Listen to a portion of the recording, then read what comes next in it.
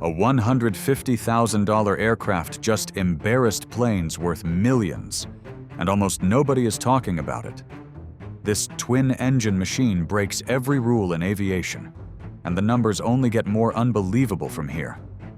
At first glance, this shouldn't even be in the same conversation as high-end aircraft.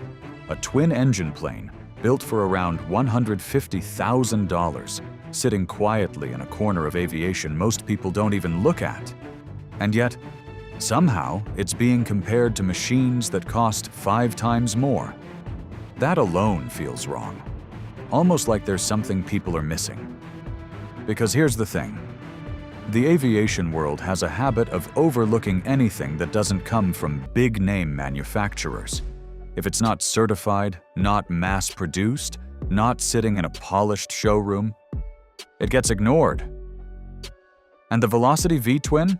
It lives exactly in that blind spot, built as a kit, assembled by individuals, quietly existing while faster, more expensive aircraft steal the spotlight. But then, something changes. You start looking at the numbers. Not marketing claims, not hype, just raw performance. And suddenly, that quiet little aircraft doesn't feel so small anymore. In fact, it starts to feel like a problem for everything else in its class. This is where curiosity kicks in. Because now the question isn't, what is this plane? It's, how is this even possible? How does something this affordable step into territory dominated by million-dollar machines? And that's exactly where things start to get interesting. Because the real shock isn't the price. It's what this thing can actually do. Once you look under the surface, the story flips completely. Because this isn't just a cheap aircraft trying to compete. It's a machine built with intent. 2 engines, not one.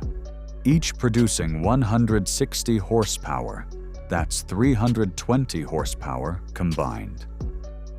Pushing a lightweight composite airframe that weighs far less than you'd expect. Now pause for a second and think about that. Most aircraft in this price range? You're getting a single engine and far less performance.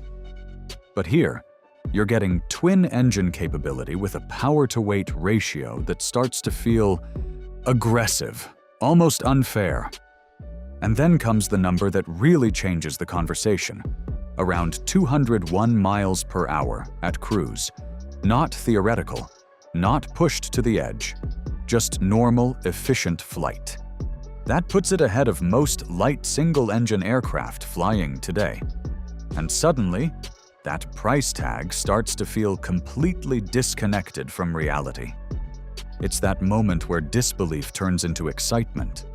Because now you're not comparing it to what it costs. You're comparing it to what it can beat. And that list keeps growing. But just when you think you've seen enough, there's another layer.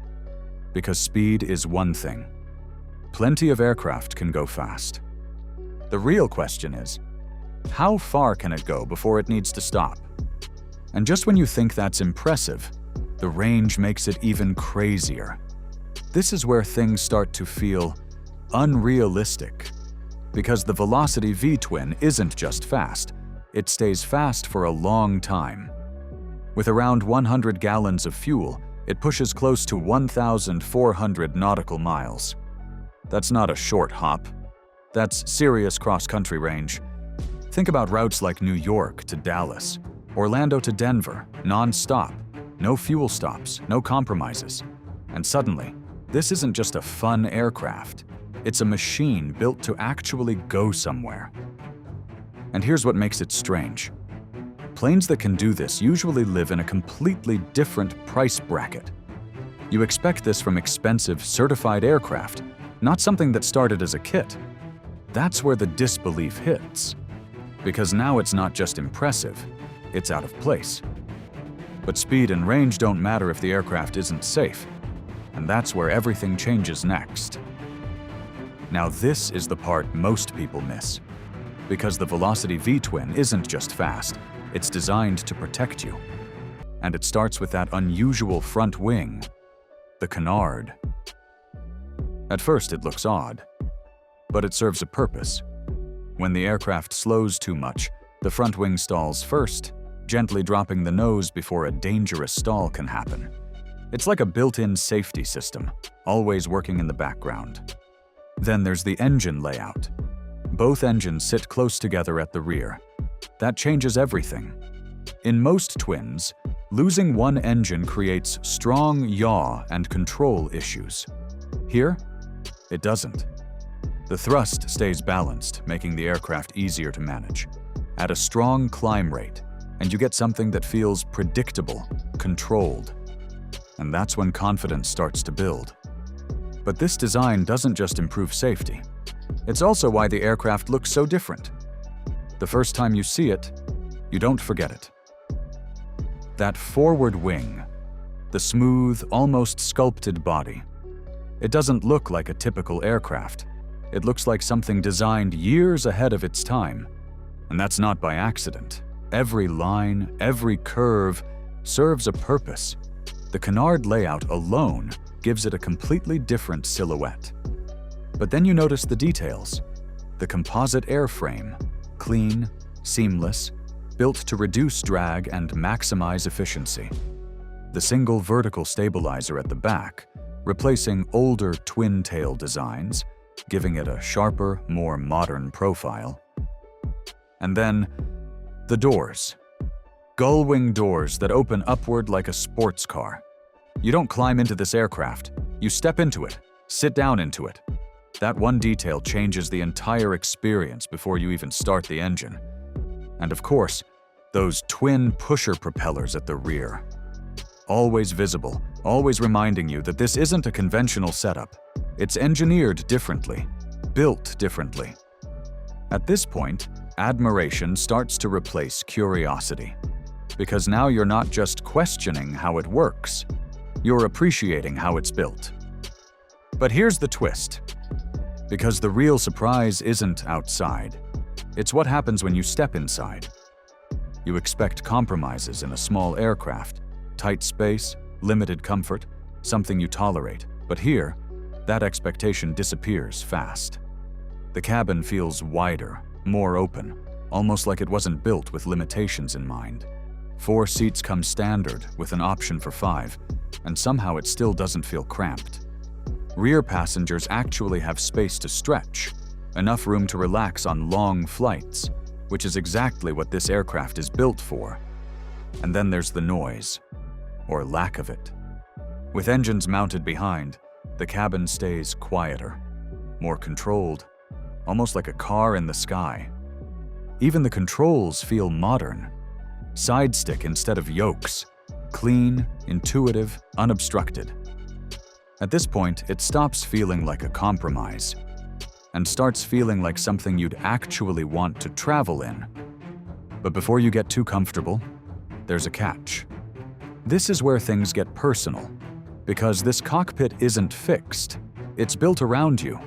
Most builders go with modern glass systems like Garmin or MGL. Clean displays, no clutter, everything exactly where you need it. And somehow, it still feels simple.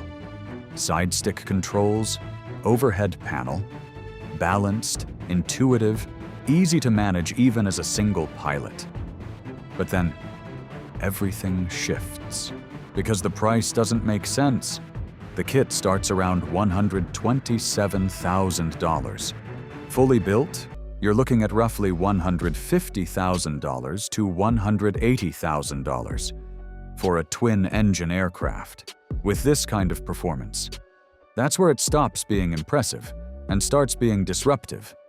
And naturally, the question becomes, what's the catch? Because owning an aircraft is where costs usually explode. But not here. Insurance sits around $8,000 to $14,000 a year. Hangar costs vary. Fuel burn? Around 12 to 14 gallons per hour total for both engines. Add maintenance, and you're looking at about $40,000 to $60,000 annually. Not cheap, but for what this aircraft delivers, surprisingly controlled. Which makes one thing clear. This isn't just powerful. It actually makes sense to own. And yet, even this isn't the final form. Because once diesel engines enter the picture, everything changes again. To understand where this is going, you have to go back a bit. Back to when Velocity Aircraft wasn't just building planes, they were rethinking what small aircraft could be. It started with a vision. Danny Marr wanted something more than the typical kit plane, something practical, something capable of real travel. And that vision wasn't built from scratch. It was inspired, borrowing ideas from Burt Rutan's legendary Canard designs, aircraft that already challenged conventional thinking. But Meyer wanted to scale that idea up, make it usable, make it real for everyday pilots who needed range, comfort, and reliability. That's where the foundation of the V-twin comes from, a philosophy built around efficiency, not just speed, endurance, not just performance bursts, and a design that quietly solves problems before they happen. But then, something bigger started to take shape. Because while the design was already ahead of its time, the real evolution wasn't in how it looked. It was in what powered it. A shift away from traditional aviation fuel towards something more flexible, more efficient, more future-ready. And that's where the Delta Hawk version enters the story. But the biggest upgrade isn't the design, it's what's powering it. At first, the idea sounds simple. Swap the engines, change the fuel. But what actually happens is far more significant, because these aren't just any engines, they're Delta Hawk diesels, each producing around 200 horsepower, quietly delivering more efficiency without sacrificing capability. And then comes the part that changes everything: fuel flexibility. Jet A, diesel, kerosene, even heavy fuels. Suddenly, this aircraft isn't tied to one specific supply chain. It can operate almost anywhere in the world without worrying about finding aviation gasoline. That alone opens doors most pilots don't even think about. Remote regions, international routes, places where fuel availability becomes a real limitation. This aircraft doesn't have that problem. And then there's efficiency. Around 5.5 gallons per hour per engine. That's it. For a twin, which means longer flights, lower costs, and fewer stops. It almost feels like cheating the system. This is where the realization hits.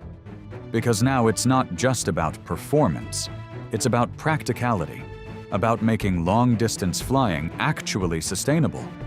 And this is where the endurance becomes almost unbelievable. Because once you combine that efficiency with the existing design, you start stretching time itself.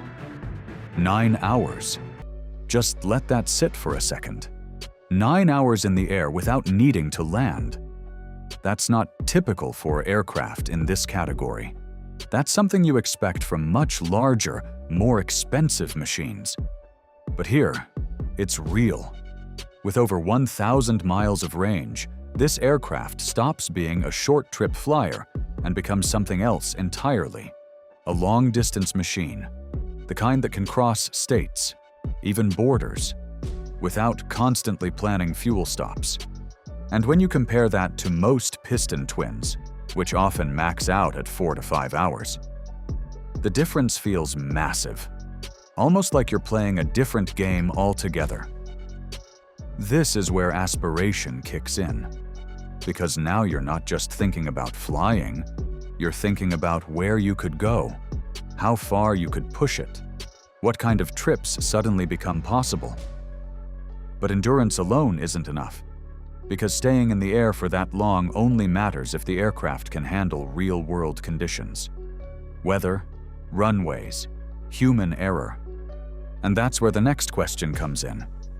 How does it actually perform when it counts?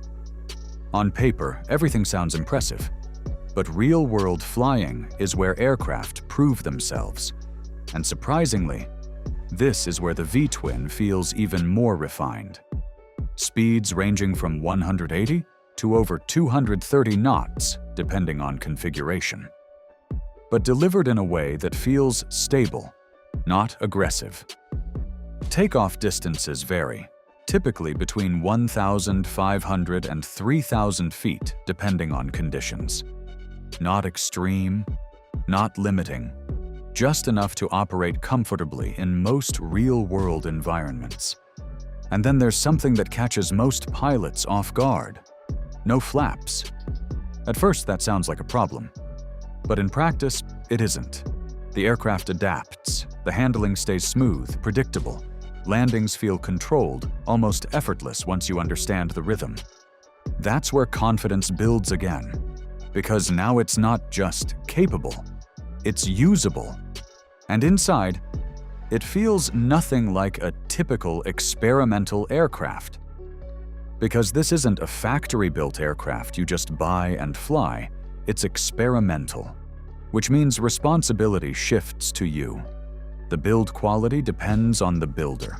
The maintenance depends on how well it's been cared for. And that variability matters. Training becomes essential. Understanding the aircraft isn't optional, it's critical. Because while the design adds safety, it doesn't replace skill, it just gives you more margin. There are limitations too. Operational rules, certification differences, things that make ownership slightly more complex than traditional aircraft. But here's the interesting part. Despite all of that, people still choose it, because what it offers is hard to ignore. And yet, despite all of this, these aircraft might represent the future. For decades, aviation has chased speed.